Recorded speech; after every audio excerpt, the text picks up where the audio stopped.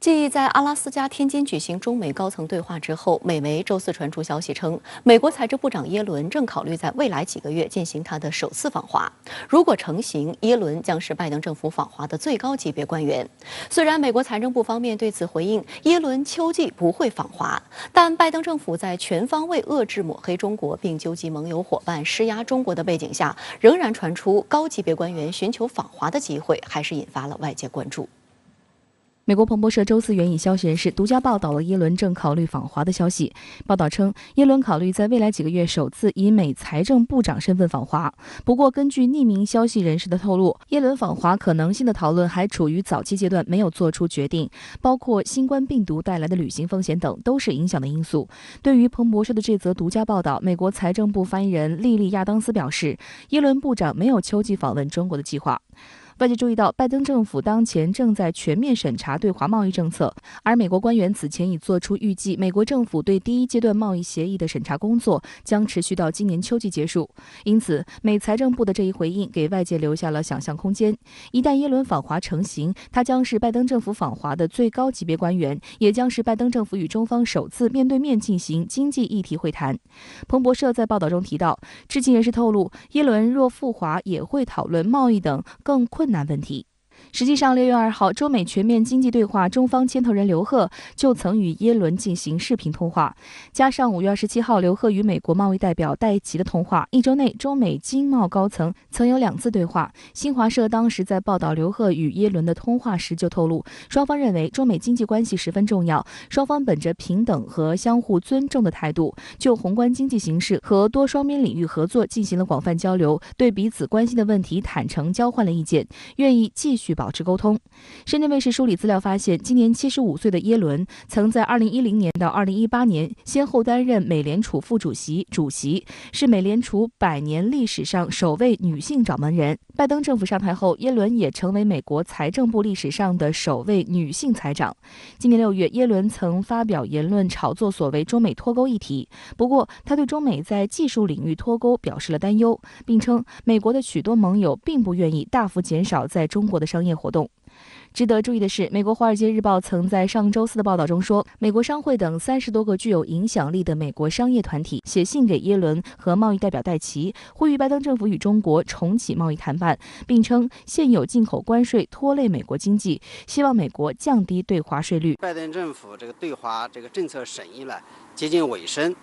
那他的国内的一些政策议程呢也取得了一定的进展。这个时候呢，美国国内呢这个放出风声了。我觉得这个反映出这个拜登政府呢，这个希望来这个正视中美两国经贸存在的一些问题。在中美关系不明朗的背景下，两国大使的角色也备受关注。7月底，驻美大使秦刚赴美上任，成为第11任中国驻美大使。根据美国国务院网站周四发布的消息，公开日程显示，美国常务副国务卿舍曼计划于当地时间周四下午在美国国务院会见秦刚。舍曼此前曾在7月25号至26号访问天津，中国外交部主管中美关系的副部长谢峰与舍曼举行了会谈。之后，中国国务委员兼外长王毅会见了舍曼，这也是今年3月的安克雷奇中美高层战略对话以来，双方首次面对面接触。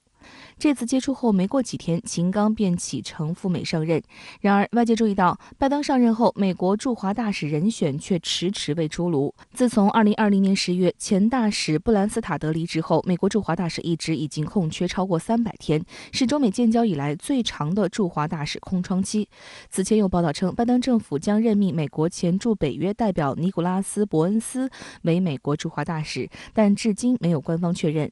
有观点认为，本届美国政府希望优先通过更高层级的副国务卿等与中国直接对话。当下中美关系敏感、复杂、棘手，作为本国政策的执行者而非决策者，驻华大使能够发挥的作用已相当有限，需待更高层在更大问题上定调后再上任。不过，还有观察指，驻华大使在任命上的迟滞并非个例。拜登政府在任命不少重要职位官员的问题上都出现严重滞后。候现象。截至目前，美国仍未任命驻多个盟友国家的大使，比如日本、韩国。其中，自美国前任驻日大使哈格蒂为参加参议院选举而在2019年7月卸任以后，至今美国驻日大使职位仍然空缺。2年的空缺时间已经创造2战后美国驻日大使空缺时间的最长纪录。就是美国驻华大使空缺了这个300多天，反映出就是近年来美国国内的这个对华的这个政治氛围。特别是民主共和两党的很多这个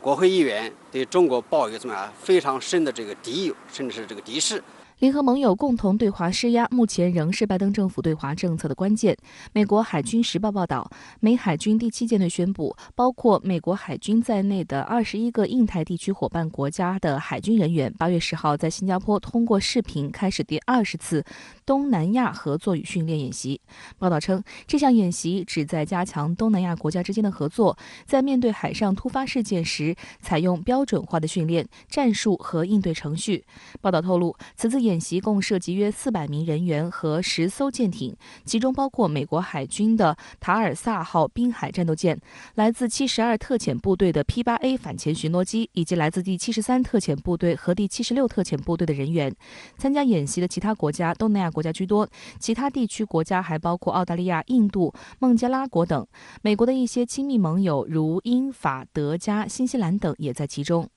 CCAT 演习始于2002年，原名为东南亚反恐合作，是美国在2001年911恐怖袭击事件后启动，并于2012年更名为东南亚合作和训练演习。其重点是加强东南亚地区海军和海岸警卫部队的训练，以应对海盗和海上走私等威胁。不过，第7舰队司令海军中将卡尔·托马斯就在本次演习的新闻发布会上强调，今年的演习旨在加强互操作性，意图针对共同的假想敌满满的对抗和冷战思维。今年呢是这个规模最大，把这个加拿大以及这个欧洲的法国、英国、德国也派人参加。美国这样做，我觉得有3个方面的这个目的了。第一个是拉拢域内外国家，炒作了这个东南亚地区的或者是南海地区的这个海上安全议题。第二个就是说，迫使他们呢在中美之间选边站。第3个是向中国的秀肌肉。中国在这个东南亚地区的海上安全利益呢，以及在这个南海地区的主权安全与发展利益呢，实际上是不容挑衅的。美国搞这些小动作呢，也不会阻碍中国坚定捍卫自身的主权安全和发展利益。相关话题来连线特约评论员管瑶。管先生您好。美国常务副国务卿舍曼周4将在国务院与上月底履新的中国驻美大使秦刚会晤，您对此有何前瞻？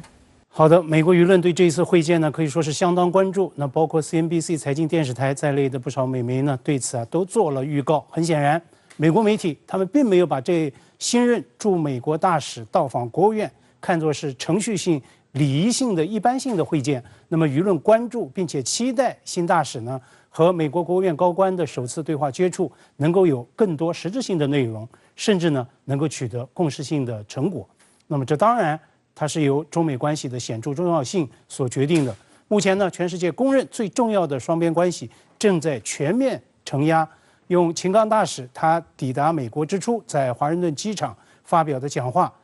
中美关系又处在一个新的紧要关口，面临许多的困难挑战。而在我看来呢，这些个困难和挑战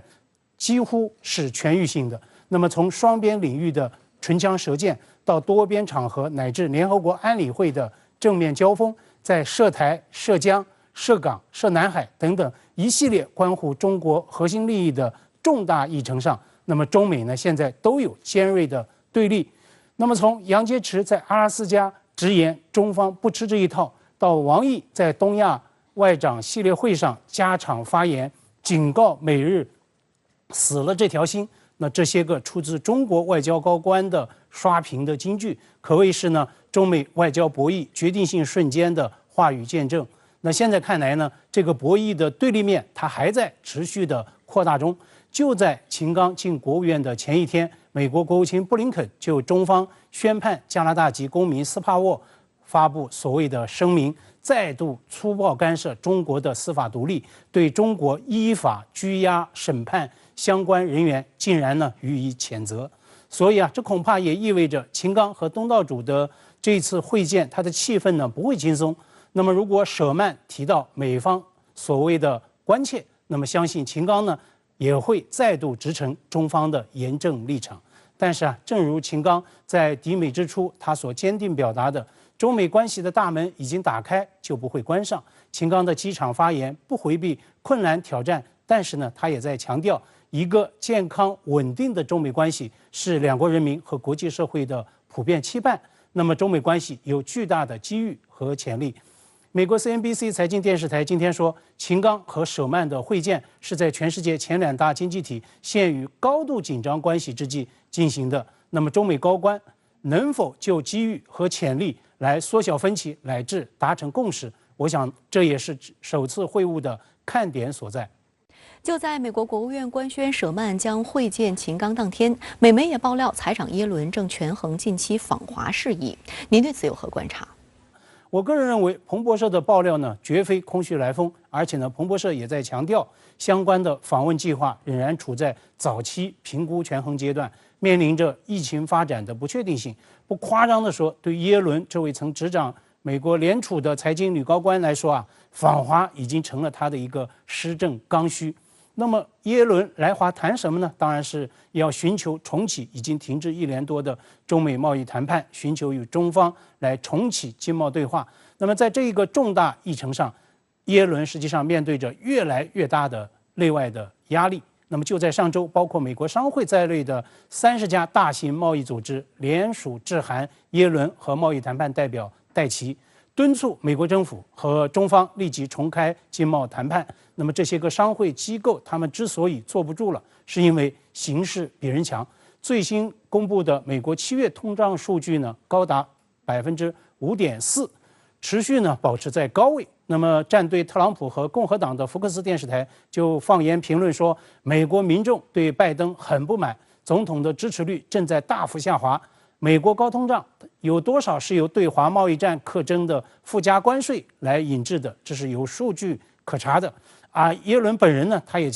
曾经多次表态，对前任特朗普政府所谓关税战的真实的效用表示怀疑。所以呢，从这个角度来看，不仅耶伦访华是刚需，恐怕另一位财经女高官、贸易谈判代表戴琪同样也有访华的刚需。之前呢，美国媒体同样热议过戴琪的访华话题。那么，中美能否在近期重启高级别的经贸谈判？这呢，就是属于秦刚他所强调的中美双边关系中机遇与潜力的议程。事实上呢，如果这一机制重启，那么沿袭惯例的安排，秦刚也会像上任大使崔天凯一样，成为中方高级别经贸对话的成员。所以呢，如果在与舍曼面对面时能够涉及到经贸相关议题，也会是重要的一个积极进展。当然了，在贸易谈判上，美国国务院不是主要角色，但是呢，舍曼他上月底在天津参与副部级的对话时，谢峰向他提交的2份清单中也包含了中方对贸易战、对附加关税的明确的诉求。好的，也谢谢管先生以上的分析，谢谢。本周2和周3，辽宁省高级人民法院、丹东市中级人民法院分别对加拿大籍被告谢伦伯格案、迈克尔案公开宣判。加方就此发表声明，无理指责有关判决，甚至大言不惭，妄言寻求迈克尔获释，对谢伦伯格宽大处理。加拿大还纠集欧盟、英国共同指手画脚。对此，中方强烈谴责这些侵害中国司法主权的行为。加拿大方面公然践踏法律面前人人平等的法治精神，充分暴露出其搞双重标准的虚伪面目。来听听法学专家的分析。外交部发言人华春莹周四指出，加拿大纠集个别国家罔顾事实、混淆是非，对中国有关法院依法处理加在华公民个案指手画脚、说三道四，严重侵犯中国司法主权，严重违背法治精神。中方对此予以强烈谴责。华春莹表示，加拿大籍被告人谢伦伯格参与有组织的国际贩毒活动，伙同他人走私甲基苯丙胺222.035千克，走私毒品数量特别巨大。迈克尔因涉嫌危害中国国家安全犯罪被提起公诉，该案于今年3月依法开庭审理。中国有关法院在审理查明犯罪事实的基础上，依法对上述案件作出公开宣判，二人的各项合法权利均得到了充分保障。华春莹指出，中国是法治国家，无论违法犯罪人员是什么国籍，司法机关均严格依法处理，一视同仁，任何外籍身份都不是护身符。加拿大一方面标榜法治国家和司法独立，另一方面公然干预中国司法机关依法独立办案，公然践踏法律面前人人平等的法治精神，充分暴露出其搞双重标准的虚伪面目和将法律问题政治化的真实意图。浙江工商大学法学院院长、中国国际法学会理事宋杰对深圳卫视表示，加拿大外长加尔诺称，中方进行的是所谓虚假审判，这毫无道理。中方依法办案，在中国的法律框架内，充分保障了加拿大犯罪人员及加方的权利。他这个完全是对于我国法律的一个臆测，因为根据我国的刑法、刑事诉讼法，实际上我们这个审判的过程和定罪的过程是建立在证据的基础上。至于司法部这个案件的这个虚假的这个审判，它是完全就是一种没有道理的，它是无视这个犯罪事实的一个说法。他的领馆的这个领事探访权我们是保证了的，加拿大的领事也探访过他几次，所以这个权利是有保证的。而且判刑之后，加拿大领事也是有权到这个监狱去探望的，这些方面我们都会保证。值得注意的是，欧盟对外行动署发言人就迈克尔案发表声明，抹黑中国地方法院的判决。中国驻欧盟使团回应称，迈克尔斯帕福为境外刺探非法提供国家秘密，严重损害中国国家安全和利益。我们强烈要求欧方切实尊重法治精神和中国司法主权，谨言慎行，避免对中欧关系造成负面影响。间谍犯罪在全球各国都属于严重罪行，例如美国司法部就对斯诺登提出3项间谍罪的指控，合计刑期长达30年。针对维基解密网站创始人阿桑奇的指控更多达17项，合计刑期长达175年。而阿桑奇案的另一名被告曼宁因为拒绝出庭，被以藐视法庭罪面临终身监禁。依据《中华人民共和国刑法》第431条，为境外的机构、组织、人员窃取、刺探、收买、非法提供军事秘密的，处10年以上有期徒刑、无期徒刑或者死刑。第35条规定，对于犯罪的外国人，可以独立适用或者附加适用驱逐出境。这次迈克尔被判处有期徒刑11年，并处没收个人财产人民币5万元，驱逐出境。这个量刑的话，我只能这样说。它是在第一，它是在量刑幅度之内的。第二，它这个幅度是不是均衡，这个是由法院来评价的。法院是根据案情，它涉及到一个轻重程度，根据罪责刑相适应的这样一个标准，这个原则去判刑的。一般都是服刑之后出州出境，但是历史上有这样的情况，就是说有一些就是判刑之后没有服刑完，中途就出州出境，但是这中途出州出境的情况很特殊。对于迈克尔涉嫌危害中国国家安全一案，西方还指责中方审判过程不透明。宋杰指出，对涉及国家安全的案件进行闭门审理，符合中国的法律。如果是涉及到国家机密秘密的情况比较严重，那在任何一个国家，这类审判它都不会公开的。应该来说，司法部的这个审理，它正好是我国法律中所规定一种特殊的情况，因为涉及到国家安全这样的案件，它必须使用不公开的这个开庭审理的方式，它不可能容许加拿大的这个使领馆的官员去听审的。所以这个我们都是根据我们的法律，而不是根据加拿大的法律进行的。所以加拿大不能用自身的一种法律去衡量我国的法律，同时呢，国际法它是容许并不禁止这种例外的。宋杰注意到，西方国家对谢伦伯格案和迈克尔案态度有差异。对于贩毒的谢伦伯格，欧盟要求宽大处理。中国驻欧盟使团表示，毒品犯罪是世界公认的严重罪行，社会危害极大，各国都予以严厉打击。中国法律保留死刑，同时严格控制死刑适用，对危害极其严重的毒品犯罪适用死刑，有利于震慑和预防毒品犯罪。中国刑法规定，走私、贩卖、运输、制造甲基苯丙胺50克以上可判处死刑，而加拿大人谢伦伯格参与有组织的国际贩毒活动，伙同他人走私甲基苯丙胺222.035千克，性质十分恶劣，社会危害十分巨大。康明凯和斯帕夫的名字中都带有迈克尔，因此这2宗案件被加拿大媒体称为2个迈克尔案。观察指出，2个迈克尔案有任何风吹草动，加拿大的第一反应就是赶紧和美国联系，这次也不例外。路透社报道称，加拿大外长加尔诺周2与美国国务卿布林肯进行了交谈，布林肯在会谈后老调重弹，要求中方放人。加拿大政府则将此案与孟晚舟事件挂钩，称不同意用加拿大公民做交易，还称不能干预司法程序。但颇为讽刺的是，加方口口声声强调不能干预司法程序，但却对中国法院合理合法的审判指指点点，不尊重中国的司法独立。就此次布林肯和加尔诺的交谈结果来看，加拿大显然再次服从于美国的意志。加拿大的看法是认为这个我们对加拿大人是一种报复，我们是坚持分开的，这是2回事儿。这种背后的动机我们不推测。最明显、最基本的一点就是，我们对这3个加拿大人的抓捕也好、审判也好，都是有法律依据的，也是基于他的一种犯罪事实的。我们不是凭空的，也不是在滥用司法程序的。这是最基础的一点吧。美国考虑到的是通过相关的这种炒作，可以迷惑一些不明真相的群众，让他们呢在所谓的西方的民主、自由、人权等问题上，对中国产生更加偏差的一些认知。而基于这些认知，美国下一步所要做的是在其他的方面对中国进行施压。而同时呢，美国也通过这种方式，试图以价值观、意识形态等这种所谓的政治正确来绑架自己的盟友。中俄西部联合2021军演在宁夏持续展开，目前正进行第1阶段的联合筹划演练。这次演习实现了中俄联演史上的多个首次。俄罗斯媒体称，对被迫对抗美国及其盟国日益增长压力的中俄来说，这次演习意义特殊。两国通过在军事领域展现高度互信，向西方发出信号，离间中俄不会成功。俄罗斯媒体对此次演练展开大篇幅报道。俄罗斯高度聚焦在宁夏金铜峡合同战术训练基地的联合指挥部，因为从本周2早上开始，中俄双方指挥员就在这里进行联合筹划，双方重点演练联合判断情况、磋商方案、组织协同等内容。俄媒对演习细节非常关注，比如在联合指挥部看不到一顶帐篷，全部都是可以随时移动的方舱。联合指挥部具备设备集成度高、指挥作业席位充足等特点，探索了野战条件下战役级指挥所开设的新模式。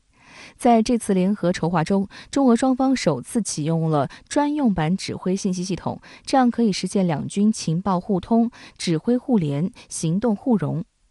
通过这套系统，我们构建了纵向到底、横向到边、全网互通、全时互联、全域可视、全程可控的指挥链路，最大限度聚合指挥资源，释放指挥效能。此次联合演习构建导演部、联合指挥部、参演部队3级组织指挥系统，由军委成立导演部，负责演习导条设计和组织实施，还首次在联合指挥部成立俄军指控分中心。在这次联演中，联合携手是关键所在，同心共筹是先决条件。通过合账筹划，中俄能更好地实现数据和态势的分享，也实现了作战规则的统一，为两军的联合行动打下了更好的基础。我们这次联合筹划指挥演练，采取专线对接、视频互联、现地协调等方式，来统一任务、统定目标、统用力量、统筹保障，确保形成联合作战决心方案。此外，这次演习区分联合筹划、陆上进攻2个阶段组织实施。第一阶段重点演练联合指挥部判断情况、磋商方案、定下决心、组织协同等内容。第二阶段重点演练展开联合作战布势，对敌实施饱和火力突击，综合毁瘫敌作战体系，纵深清剿追歼残敌。俄方派出参演部队有俄军东部军区机械化部队某分队、空军苏30SM 战斗机与防空部队。与以往相比，本次演习兵力火力密度有很大提升。在面积不足48平方公里的狭窄空间内，40分钟投入1万余人，各型飞机200多架次，装甲装备200多台，火炮100多门。俄罗斯红星电视台强调，这是新冠肺炎疫情爆发以来少有的大规模跨国联合演习，也是俄罗斯所参加的最大涉外联合军演。这次演习中，新型武器装备占比达81.6%，空警500、歼20、歼16、察打一体无人机和新式装甲突击车将成体系出动。新制作战能力有明显提升，战法打法也有很多创新，比如运输直升机单机6绳索降、直升机超低空隐蔽突防、大规模伞降和重装空投、远程精确打击、无人机零机精确打击等等。在这次演习中，俄军在演练中首次使用中方提供的武器装备，包括火炮、战车等中国先进现役装备。中方在演习开始前特意教授俄军官兵使用中国武器装备的方法。俄军参演部队在联合军演中全程使用中国人民解放军陆军装甲装备。在去年9月俄罗斯举行的俄中联合军演中，中方也使用了俄制装甲车和坦克。有评论认为，中俄官兵互相使用对方武器装备，显示双方政治上高度互信，军事关系更加紧密，这必将提升两军联合作战能力。我们专门向俄军派出了专业素质过硬的教练员，同时编写了俄语版的装备操作使用手册，以便于俄军迅速掌握装备。那么俄军进驻的当天下午就掌握了装备的基本操作。第二天我方同俄方就共同参加了联合训练。应该说，在相互使用对方的武器，从本质上来讲，它就是军事互信。我们知道，武器装备本身来讲，它具有一定的密集的。如果说教授对方使用自己的武器，那就是把这些诸元、把这些参数公开，它只有一个本质的东西，那就是军事互信。所以在这种情况下，通过这种方式增加军事互信，在未来有可能共同面对威胁的时候，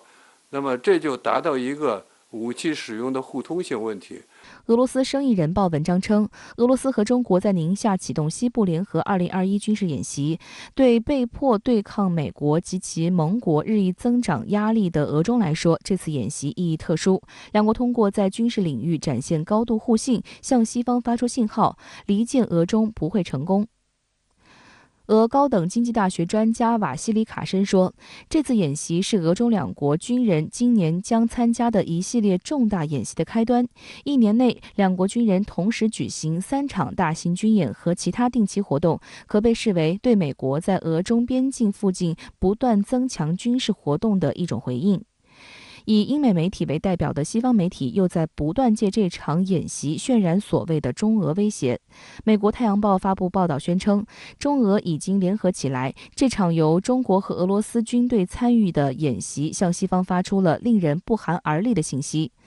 日本政治学家近藤大辅在为日本商务新闻写的一篇文章中，敦促东京由西部联合2021军演而应对俄罗斯和中国产生担忧。他认为，莫斯科和北京的下一个目标可能是共同开发北方四岛。西部联合2021中俄军演，它所体现的是如何构成大国之间的军事关系，这种关系是合作还是对抗？从军演的情况来看，应该说中俄两个大国，它所秉持的是合作而不是对抗，是维护地区和平而不是挑起战争。从近期我们看到发生的几场局部战争来看，以美国为代表的西方国家，他们搞联合军演，最终我们看到变成了战争新的这种模本。而中俄联合军演不会把演习变成战争的模本。俄罗斯卫星通讯社专门采访了黑龙江大学中俄全面战略协作省部共同协同创新中心首席专家、黑龙江省社会科学院东北亚战略研究院首席专家马友军。他表示，在美国联合盟友大搞军事演习，目标直指中俄的背景下，中俄举办大规模军事演习是向外界传递一个非常强烈的信号，那就是中俄双方有能力保卫自己自己的国土和家园。马友军在俄媒专访中指出，中俄此次军演与阿富汗当前的局势关系密切，未来阿富汗地区或将发生大规模动乱，而阿富汗的局势尤其对中国西部边疆地区影响重大，而中俄两国在这个时候向外界展示实力，说明有能力处理周边国家的问题，也有能力解决区域合作的问题。中俄不允许也不能够让所谓的域外大国在周边搞事情。而中国国防部新闻发言人吴谦此前就曾表示，中俄西部联合2021联合军演，其目的是进一步强化中俄全面战略协作伙伴关系和战略互动，提高两国军事合作水平，展示中俄共同打击恐怖主义、维护地区和平稳定的决心和能力。演习并不针对某一个具体国家或者特殊对象，演习最大目的是再一次提升两国两军之间的战略互信，为维护地区安全稳定做出新的积极贡献。周三，多家台媒炒作一个消息，那就是美总统拜登将很有可能邀请台湾参加在12月召开所谓民主峰会。民进党当局对此也显得很兴奋，声称会继续争取。深圳卫视注意到，近来美方不断向民进党当局释放错误信号，频频触碰一个中国的红线，将严重损害中美关系。国台办回应表示，中方坚决反对美方与中国台湾地区进行任何形式的官方往来。民进党当局与外部势力勾连，挑衅玩火，必将自食恶果。白宫周三发布声明，拜登政府决定将于今年12月9号至10号召开所谓民主峰会。不过，因为新冠疫情严峻，峰会将以视频方式举行。值得注意的是，这是拜登1年内第2次召集该峰会，并准备亲自出席。观察指出，这次峰会等于是把世界各国强行定义成民主的和非民主或独裁的国家，肯定是一次分裂世界的会议。因为很多国家，包括俄罗斯，都有西式多党选举的形式，但他们却经常被西方舆论指为独裁国家。一些美国的盟友，如土耳其等，也属于这种情况。沙特阿拉伯更应被排除在外。他上台以后，他执政以来，他一个很重要的一个执政的手段，用民主的方式，尽量的恢复美国的国际地位，把在特朗普政府时期呢跟美国关系不好的那些盟友以及所谓的民主伙伴都拉拢到他的身边。所以说呢，召开民主峰会，这件事儿呢，是应该来说是美国拜登政府一个很重要的一个外交动作。尽管获邀名单尚未公布，而民进党当局显然对参加民主峰会的前景显得很兴奋。台媒报道此事时普遍提及，美国国务卿布林肯3月10号曾在众议院外委会的听证会上表示，将邀请台湾参加民主峰会。当时布林肯还妄言将台湾称为国家。观察指出，美方如若邀请台湾与会，形势必须按照一个中国原则来处理，否则的话，这次大会将是美方干预台湾问题的一次严重升级。大陆绝不会坐视美台以这种方式突破底线，台海也必出现前所未有的惊涛骇浪。环球时报的评论指出，现在就要正告美台，民主不是一个可以把台独也安全塞进去的框。如果华盛顿制造一个美国及各国领导人与蔡英文共同会晤的场景，就等于是公开承认台湾的所谓国家地位，从外部打破台海地区政治现状。中方唯有采取断然措施，做出决定性的迎头反击，捍卫一中原则。对于台媒炒作美国召开民主峰会，台湾有望参与的消息，有岛内网友表示，这是美国想继续玩台湾，召集小弟交保护费。有网友说，就是让台湾多买再买，继续买美国的翻新武器。台湾最后不管他以什么方式，他参与了这个所谓的峰会，对中美关系、对两岸关系都会造成非常巨大的伤害。表明美国那边呢，继续在一个中国政策问题上呢，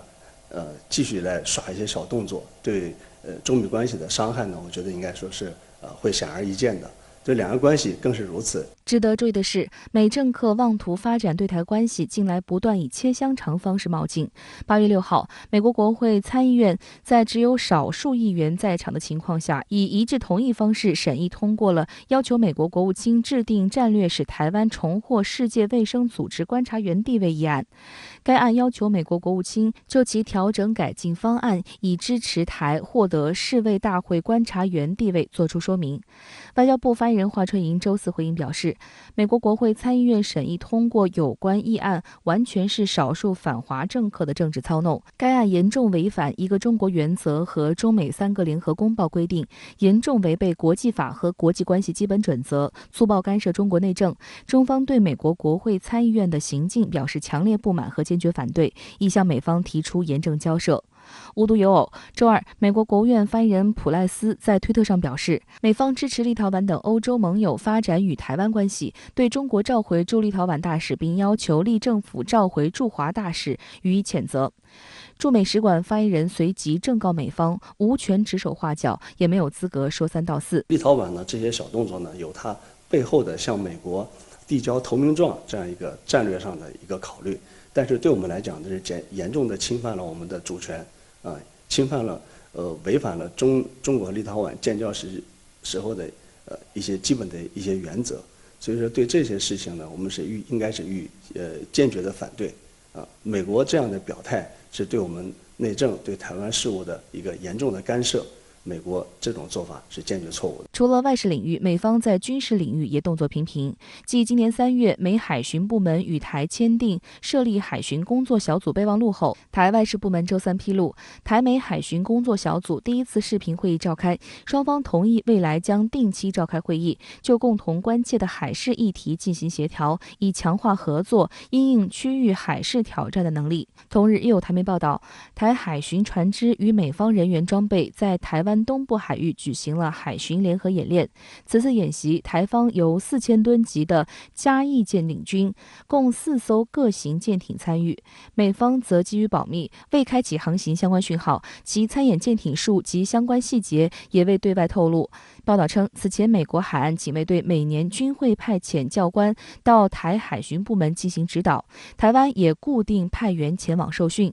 双方已秘密交流多年，但都仅限于人员交流。民进党当局和美国3月份签订了台美海巡合作了解备忘录后，才有进一步动作。外交学院教授李海东表示，海巡部门联训是一种危险举措，尽管海巡单位和军方有职能区分，但毕竟是武装力量的构成部分，这说明双方在武装力量的协调合作方面采取的依旧是切香肠策略，步步紧逼，不排除下一步美军与台军在军队层面进行联演，这的确非常危险。在美国国内呢，确实有不少的反华的议员不断的提出呢，如何提升美台关系。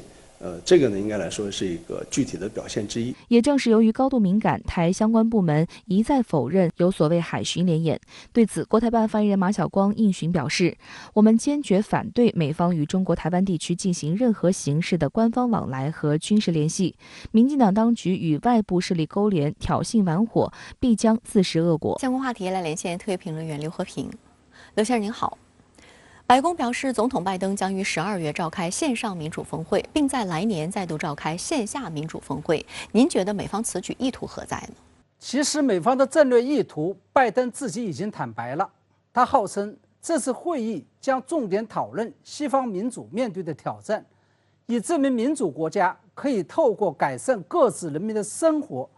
并解决广阔世界面临的首要问题，来实现目标。这背后的潜台词就是西方民主自身出了大问题，甚至是被怀疑民主已经失效了，所以西方民主必须要重新证明自己。那么西方民主或者说西方民主联盟究竟面临着什么样的挑战呢？第一件事，中国实行改革开放之后，经济总量已经跃居世界第2，但是中国在政治上仍然走的是具有中国特色社会主义道路，以至于有人开始怀疑福山的历史终结论已经出现了重大的误判。第二，2008年，美国因为资本的贪婪而爆发了一场涉及全世界的金融海啸，以至于有不少人认为华盛顿共识已经不行了。第三，以美国为首的西方国家在抗击新冠疫情上的大溃败，不仅使得一些人开始怀疑西方民主制度的效率，而且开始怀疑西方把人权看得高于一切的价值观念。那么第四，特朗普的上台不仅撕裂了美国社会，而且破坏了美国构建的西方国家联盟与2战后的世界秩序。正是因为这4点原因，我认为拜登召开所谓民主峰会的目的，至少在目前阶段的首要任务，还是着眼于防守，也就是企图重新擦亮西方民主的招牌，重新整理西方民主国家已经散乱了的队形。当然，在守的同时，他们也有进攻的意图，也就是第一，要通过民主峰会这个旗号，进一步聚集盟友，企图在意识形态上给中国施加压力。第二，上任半年来，拜登政府在外交领域着重巩固了美日、美韩、美澳、美英、美国与欧盟等双边同盟关系。那么现在召开民主峰会，这意味着美国进一步吹响了对华新冷战的集结号，准备集体作战了。有评论认为，拜登召开民主国家峰会，目的是为了取代20国集团，对此您认同吗？确实，我相信很多人都感到纳闷。对于美国来说，他们已经有了7国集团、20国集团，在这种情况下，为什么还要另外组建一个所谓的民主国家峰会呢？我认为这背后的原因就在于，7国集团不仅仅是一个富国俱乐部，并没有包括很多新兴国家以及并不富裕的发展中国家，其代表性远远不够。而且7国集团中的德国与法国还经常不听美国招呼，甚至跟美国拧着来，不好控制。20国集团里面，这包括了中国、俄罗斯、沙特在内的，在美国看来非我同类、其心必异的国家，更加不好控制。而且无论是7国集团还是20国集团，都是一个综合性的集团，旨在解决全球范围内包括政治、经济、公共卫生、气候以及地区安全在内的所有重大事务。也就是说，这些集团的特色不够鲜明，针对性不够强。正是在这种情况下，拜登政府开始着手在全球范围内构建4个具有针对性与专业性的特色联盟。第一个是在印太地区构建旨在围堵中国的地缘战略联盟。第二，企图在全球范围内，尤其是自己的盟友中间，构建一个旨在跟中国经济脱钩的经济联盟。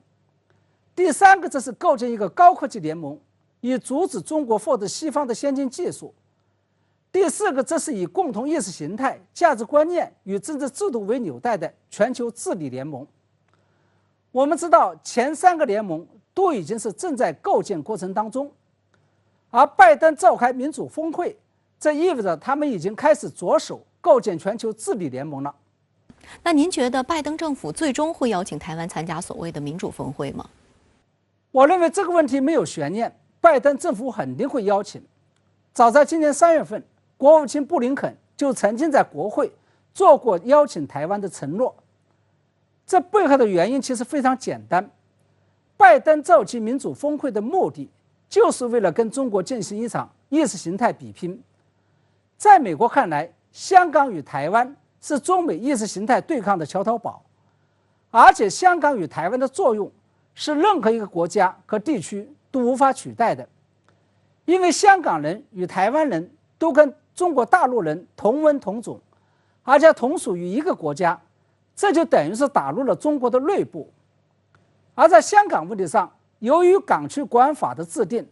美国已经翻不起风浪，甚至插不上手了。在这种情况下，他们一定会更加坚定地支持台湾。因此接下来的问题已经不再是美国会不会邀请的问题，而是以什么样的名义来邀请，是把台湾当成一个所谓的国家来参会，还是当成一个地区来参会，以及将会邀请谁参会，会不会邀请蔡英文参会的问题。假如是后者，那就意味着美国不仅在搞中美意识形态之争，而且正在借中美意识形态之争来支持台独。对此我的看法是，美国会邀请台湾参与，但不会邀请台湾以国家的名义参与。一旦邀请台湾以国家的名义参与，这仅仅是符合台独的利益，是台独在利用美国，有可能会引起中美之间热战，